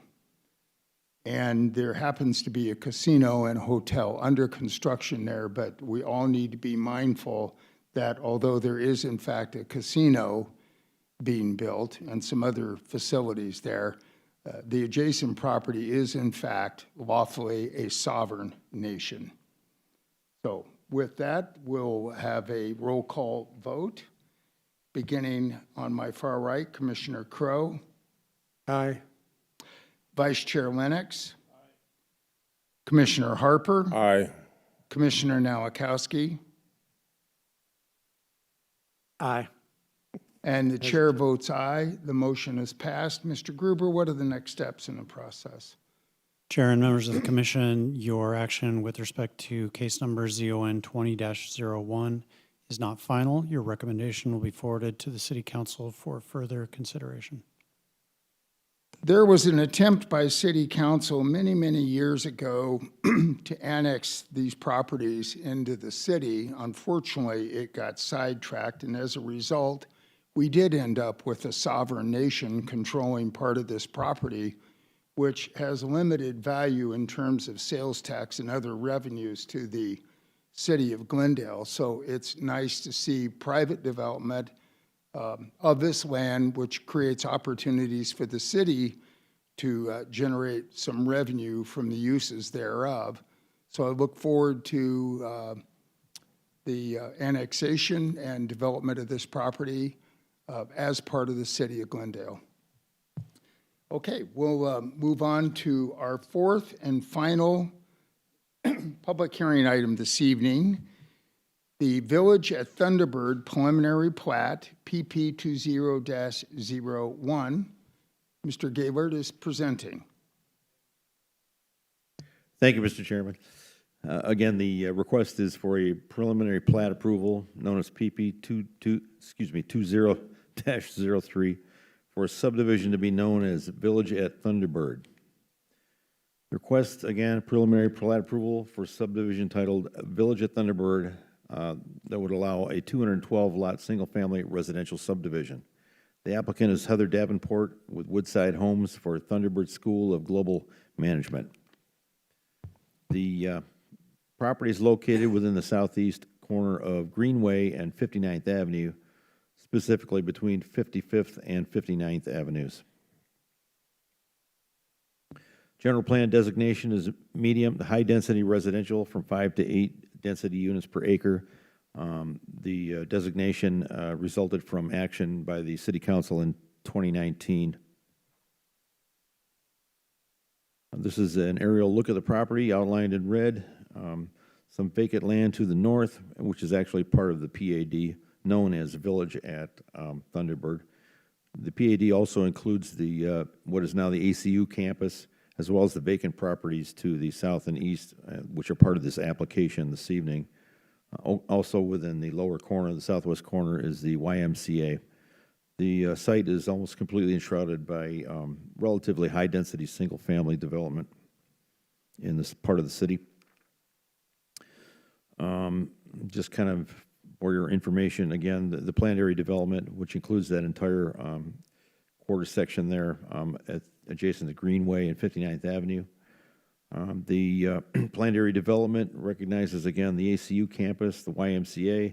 It provides for a multifamily project at the northeast corner of that block, as well as a single-family project, which is the basis for the application this evening.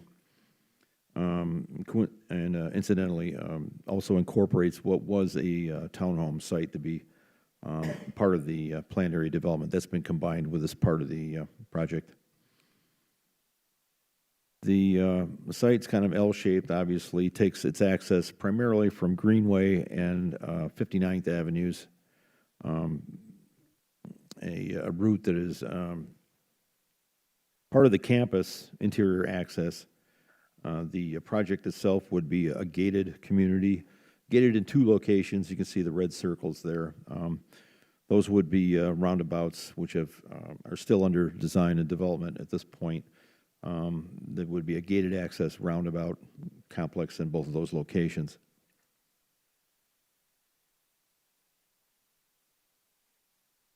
This is the landscaping plan submittal, which details the streetscape development along 55th as well as 59th, and the interior open space areas, and landscape retention and recreational amenities.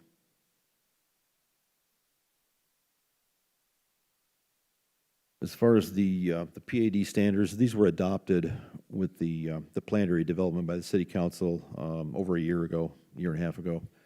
The minimum lot area requirement is 4,000 square feet. Lot width and depth would be 40 by 100 minimum. Front setbacks would be 15 feet to the livable space or porch and 20 feet to the garage. Minimum side yard setbacks are 5 feet, and the distance between adjacent buildings would be 10 on adjacent lots, rather. Rear yards would be 15 feet. Maximum lot coverage is 45%, and building height would be 30 feet. I've got a series of ground level photos just of the vicinity. You can see the circles detailed there on your screen. This is where the photos are coming from. These are the photos located along 59th Avenue. This is the what had been the access to the Thunderbird School that was located here from 59th Avenue and Country Gables, top of the screen. The bottom of the screen is the southwest corner of the property adjacent to the existing subdivision at the south. You can see the buildings on the campus there to the left. This is the streetscape along 55th Avenue. Pre-existing, the developer has proposed to replace the wrought iron fencing with a new solid wall design as part of the subdivision proposal. The photo to the bottom of the screen is the southeast corner, somewhat south of that location. And this is interior to the site. These are the locations of the 2 roundabout, the gated access points along Country Gables as well as 57th Avenue. The initial public involvement process as part of the Village at Thunderbird project was initiated with the zoning action that took place in 2019. The request regarding the preliminary plat that's on your agenda this evening was posted on site August 12th. It's been advertised August 13th, and the notification cards went out in the mail to the neighbors on August the 14th. Staff finds the preliminary plat proposal meets the specifications of the planned area development zoning, which was adopted as ZON 1902, and therefore recommends approval of the preliminary plat subject to the following stipulations. 1, conformance with the stipulations of ordinance O19-56 from June 11th of 2019. 2, development in conformance with the development plan and narrative for Villages at Thunderbird dated March 25th, 2020. The conceptual grading and drainage plan seal dated June 26th of 2020, and the preliminary plat and landscaping plans dated August 20 of 2020. And number 3, submittal and approval of an updated Phase 1 ESA or environmental site assessment dated within 6 months of council action on any related dedications. Mr. Chairman, that concludes my presentation.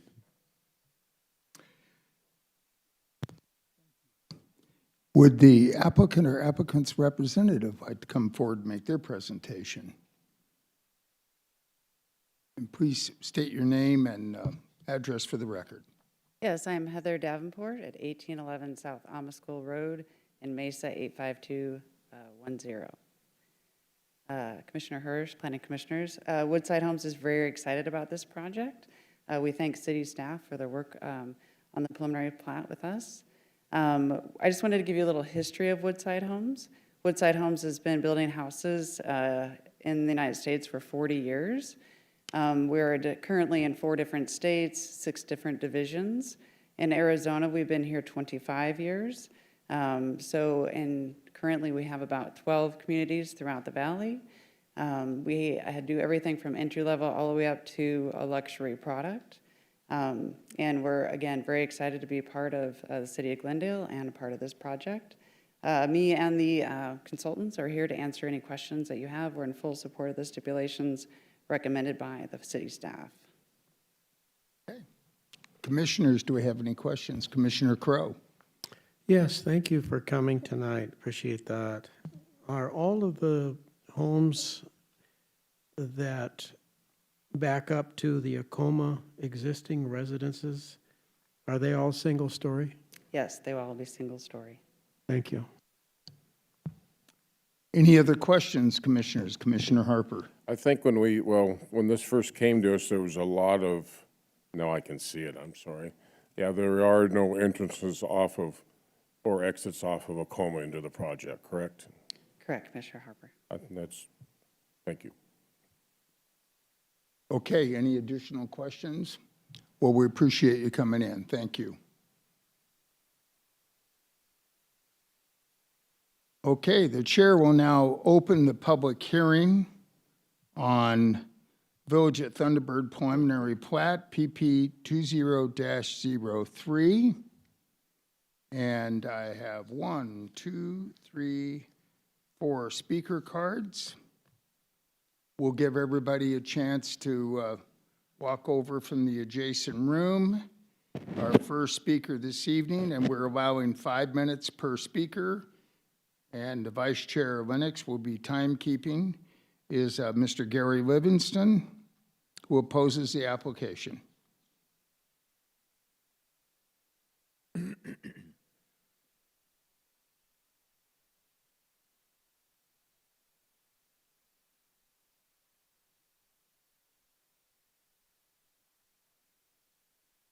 Good evening. Please state your name and address for the record. Gary Livingston. I live on Port-au-Prince Lane, and that would be just east of the vacant land. And I've asked this question before, but hopefully tonight I might get an answer. Considering that this is a vacant land, the state statutes pass statutes in regards to what that vacant land could be built to, and therefore, my neighborhood and where I live is, in fact, built with 5 homes per acre. So how can you approve 8 homes per acre in that area? It doesn't make sense to me. It means the heck with the state statutes and what they wanted to build, and for the surrounding neighborhood for that vacant land. And the second issue is you have one entrance coming in from 59th Avenue. You have another entrance and exit on Greenway Road. I know there's going to be a lot of homes built in that area, so people are going to go out the Greenway Road, turn right, go to 55th Avenue, make a right turn on 55th, and come down 55th Avenue. And I can tell you right now, a lot of the people that I know on that street has already said this is ridiculous. They have a big problem with that issue, driving their kids to the school, which is on just east of 55th Avenue and Acoma. And there was an exit out of Acoma that could have been used for a left turn only to the school. So we still don't understand why they won't look at that. The other issue is on 59th Avenue, with all those people there, we have a divider all the way from Thunderbird to Greenway Road, and the traffic in that area, certain days or certain hours during the day is wrong. I mean, you can't get up or down, and I worry about the fire trucks getting up and down that street. So I wish you would look at that, and I think I don't, and we're worried about the pricing of the homes. I'm not sure what Woodside, whether they own the land now and they're going to be the developer. Nobody tells us anything. I'd appreciate some answers. Thank you, sir.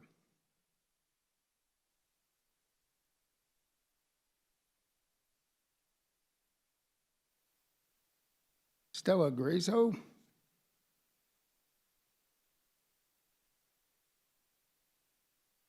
Welcome back. You know the drill. Ocotillo District.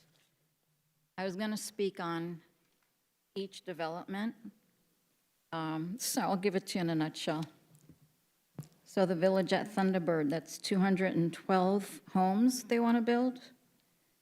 So say there's 2 cars per household. Then you have the Palermo replat on Northern and 87th. Then you have the Modern Ridge Estates on 53rd and Beardsley. Then we go on to Northern Crossing. South side of Northern, just east of the 101, and Village at Thunderbird, 59th and Greenway. Then you have on Olive and, what is it, 53rd, built for rentals, 208 units. Then one of the meetings, there's a development around 83rd, is it west of Bell? Another development. So I don't know, with the meetings I've attended and all these developments happening, the proximity, how many miles this all encompasses, but how many cars? I would love to know what the traffic study comes up with for how many cars if you have 2 cars per household, and you know it's going to be more than 2 in some areas, and what that's going to do to the roads. From what I remember back in the day, the roads were repaved on a regular basis, and it was really nice, and that doesn't happen anymore. And the roads are horrible. So I know the builders are always happy with their developments, but the residents aren't always happy with the developments in their area or coming to their area. And most of the residents, they don't see notifications. And I'm not going to go there because all of you that know me that have heard me in the past, and where you put these notices, where nobody sees it, kind of where the sun doesn't shine, but it's sad. I know, you have to laugh because otherwise what are you going to do? Arizona used to be known for wide open spaces, and that's not the case anymore, and that's pretty sad. So I know development happens, but can you do it spaced out a little and not have to have high density? Where one of the speakers tonight, it said something about medium density for the Palermo replat, and then he said it's now high density. Why does everything have to be crammed into spaces? Why can't you have, you were saying you develop luxury homes as well. I don't believe what's being put in Glendale are considered luxury homes. I just feel they're taking up the space, developers are making money, and we're at the short end of it because there's going to be a lot of traffic in the areas where you're developing. Thank you. Thank you. Davida Salter.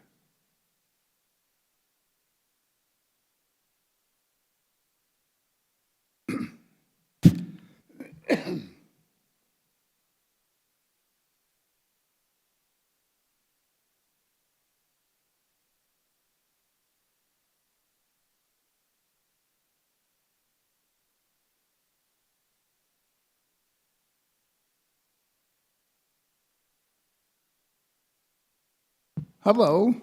Hello, I'm sorry, I didn't realize I was supposed to come in here. I was in the other room. No worries. The Okay. process is a little convoluted with the separate Totally rooms, so, understand. yeah. And I agree with the lady that spoke at the very beginning about our card said that we were supposed to go to City Hall, and there were concerns about that. So I'm glad it was further down on the agenda.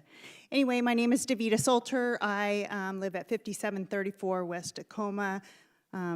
Hello, commissioners. I do have a couple of things I would just like to share, and I've been here before about this. My property backs up to, I'm one of those houses on Acoma. I am 10 houses in from 59th Avenue. So I've been to every meeting except one, and I just have some things I want to share with you. In this area, there will be 212 homes that are now built.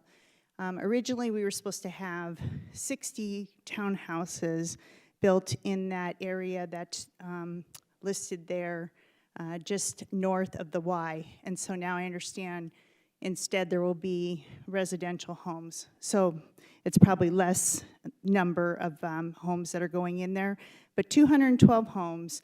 North of here, there's going to be an apartment complex that is right on Greenway Avenue. The university is going to build 2 5-story dormitories, and the number of faculty and staff who will be coming in, along with the YMCA in that area, all emptying onto 2 exits.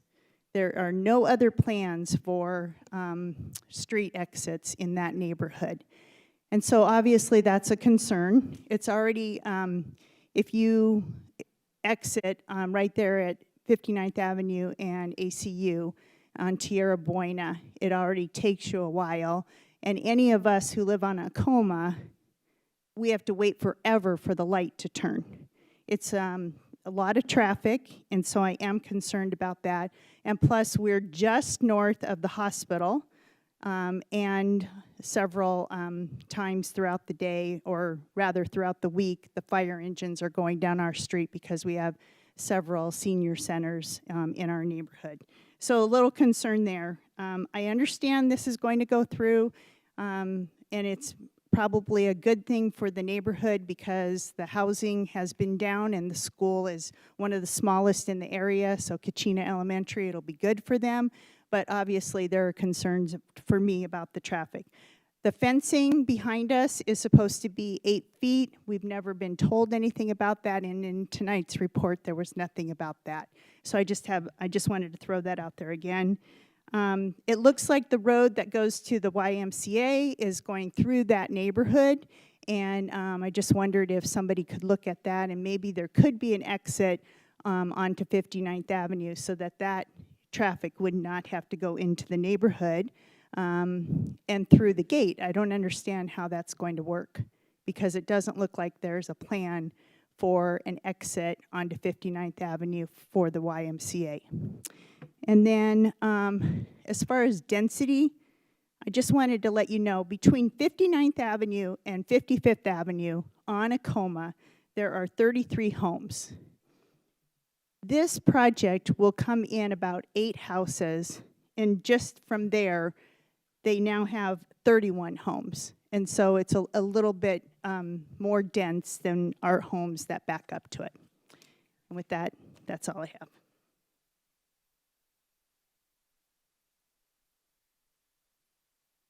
Thank you very much. Okay, we have Regina Moritz, and I apologize if I've twisted your name around. Maybe you can straighten me out. You're not the first. Thank you, Chairman and council members, commissioners. And please state your name and address for the record. Yes, I'm Regina Moritz. I live at 5722 West Tacoma Drive, just down the street from some of the other speakers. At any rate, I have more questions and a couple comments. You've heard a lot about traffic already, so I'm not going to go over that. But there are things I wanted to ask. Because this is shown as a preliminary plat, am I correct in assuming that changes can still be made to the plat, or is this pretty much a done deal? Secondly, can we get a copy of how this preliminary plat, how the lots line up with our lots on Acoma? I have actually the most recent plat, And it looks like you have increased the size of the lots, which we really, really appreciate. They were really tiny before. But we'd like to see how they actually line up with our houses on Acoma, if you would, please. My third question is, after this meeting tonight, what are the future steps to approval of the plat?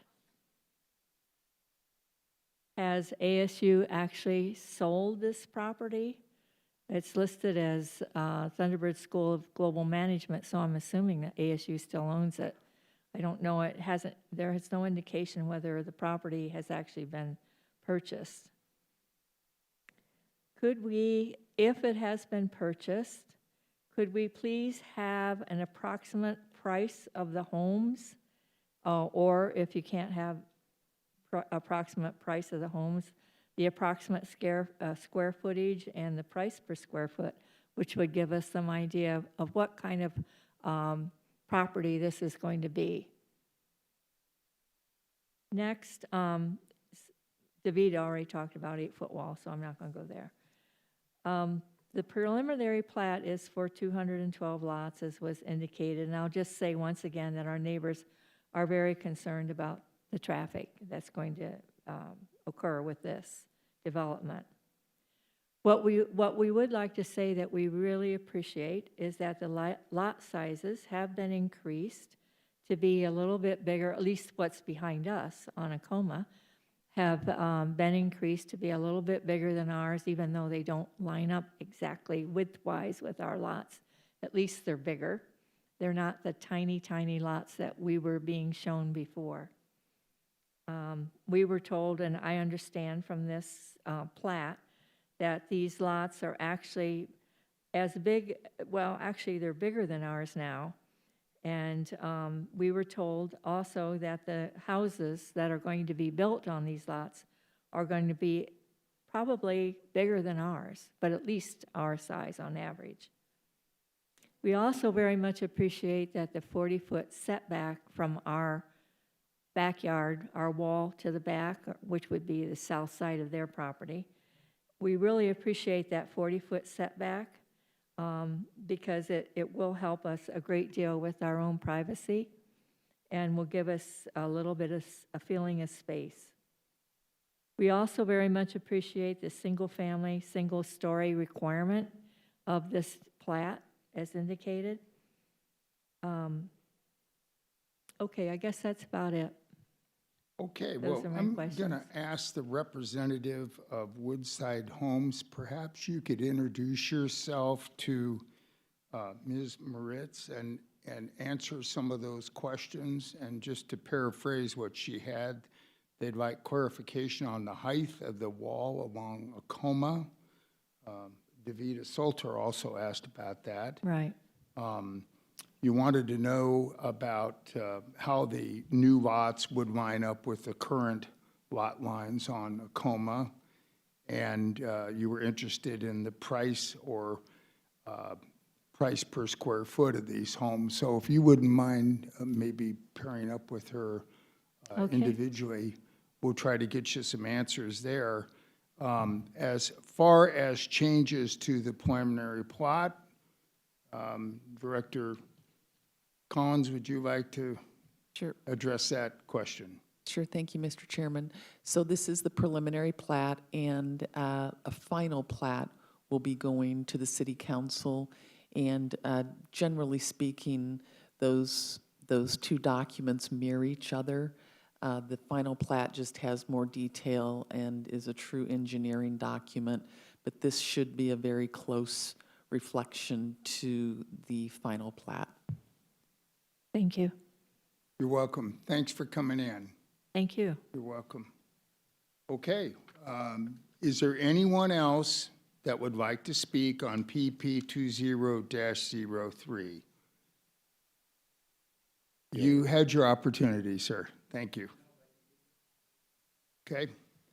All right. So with that, the chair will now close the public hearing on PP 20-03. Okay, you're out of order, sir. I'm going to ask you to be a gentleman and allow the meeting to proceed. Okay, thank you. Thank you very much. Okay. All right. You're absolutely charming. You know that, Mr. Livingston? I just get such a tickle out of you coming in here making, doing your thing. So, I'm trying to be respectful. I would hope that you would be capable of doing the same. So at this point, we're going to move on. And I'm going to ask the commissioners if we have a motion after I close the public hearing on PP 20-03. Commissioners.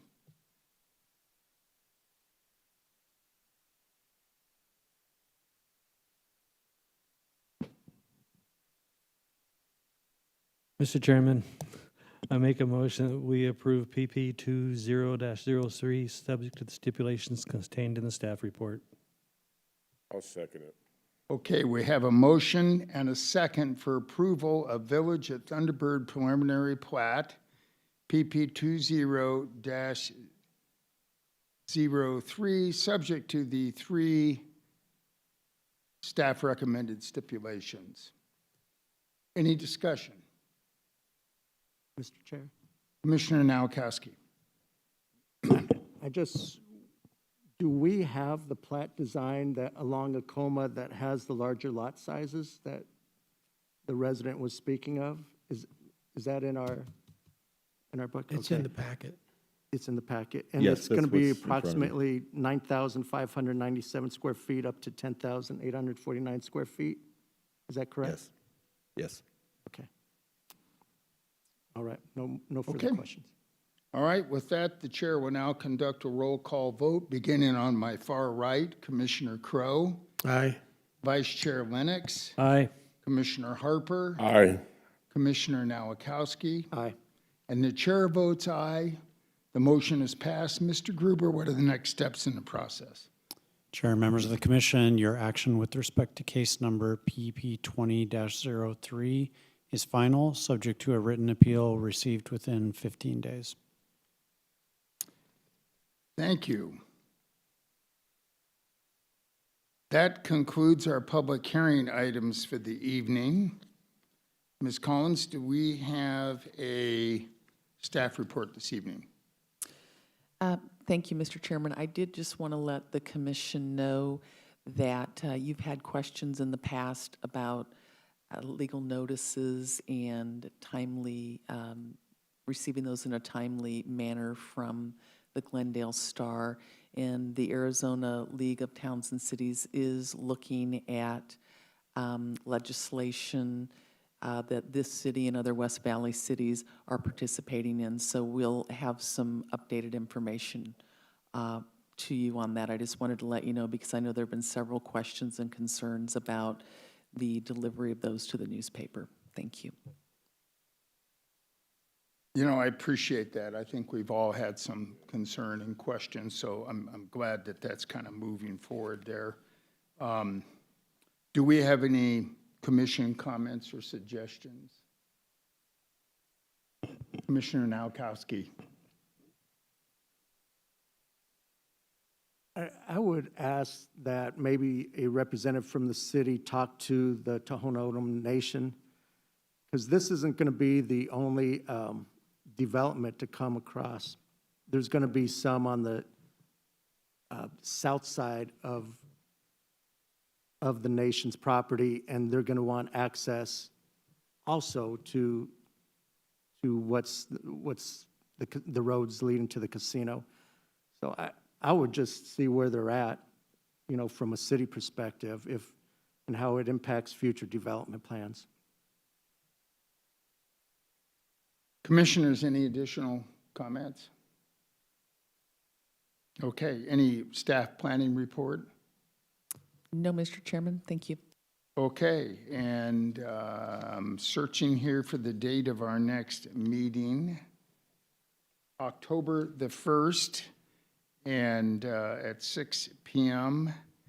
And until otherwise, we believe that we may still be here at the Glendale Civic Center for the foreseeable future. And I would like to remind folks that it is still hot and to please make sure your pets have ample shade and water if you have them outside. And with that, we'll call for a motion to adjourn. So move. Second. We have a motion and a second to adjourn. All in favor, say aye. Aye. Any opposed? We are adjourned.